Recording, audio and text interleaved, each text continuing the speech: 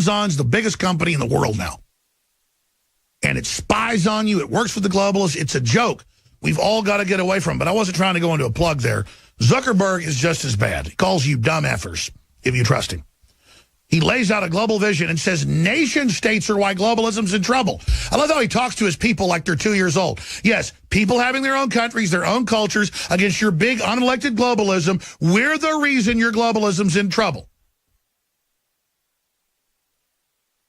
Yes, that's right. Talk to us like we're 2 years old. But remember, his constituents are utter morons. So they're like, oh my gosh, our little global gravy crane's in trouble. It's because of nation states. He's saying nation states are the enemy. Here's Zuckerberg. In a recent survey of millennials around the world, asking what most defines our identity, the most popular answer wasn't nationality, ethnicity, or religion. It was citizen of the world. Oh, my gosh. That's a big deal. That's a big deal. Every generation expands the circle of people we consider one of us. And in our generation, that now includes the whole world. We understand that the great arc of human history bends towards people coming together in ever greater numbers, from tribes to cities to nations, to achieve things that we could not on our own. We get that our greatest opportunities are now global. We can be the generation that ends poverty, that ends disease. Oh, yeah. And we get that our greatest challenges need global responses too. No country can fight climate change alone or prevent pandemics.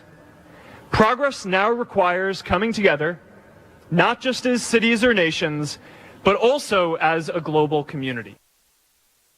A global community. A global government. And who runs that unelected thing? Oh, the Rockefeller Foundation and your family. You're the little rich front guy from the globalist families.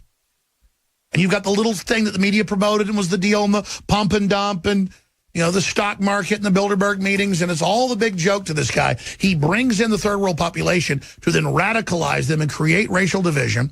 They pump Black Lives Matter, kill the cops movements. And he pushes it all like the great arc of us coming together.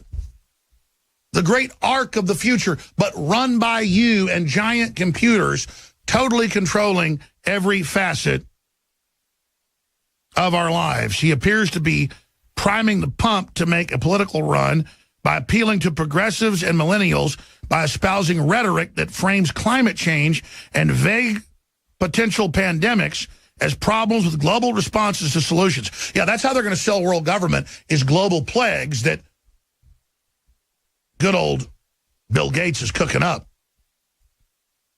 And, of course, he wants to run for president. But notice they tell other people, oh, you can't have a talk show if you're running for office if you're a patriot. But Zuckerberg can have the biggest nation on earth, 3 billion plus users, and all their algorithms and use them to vote. He can have Facebook and run and give himself an election as king technocrat and then run everything. That's what Bloomberg calls himself, a technocrat. They game the stock market, they game everything, and then they sit there and tell you they're going to end poverty and they're going to end disease. But you know how they're going to end disease? By reducing population. There'll be no more disease when you're dead. Zuckerberg, folks, studying, is one of the most monstrous people ever. And he believes he owns you. After 4 years of research, the next big game changer has arrived. Z-Shield, toxic metal and chemical defense support. It's made in the USA. It's filled with known compounds from nature that are absolutely associated with detoxifying the body, and it supports the InfoWar. It is a classical 360 win. We're changing the world. Now it's time to change our bodies with Z-Shield at InfoWarsLife.com.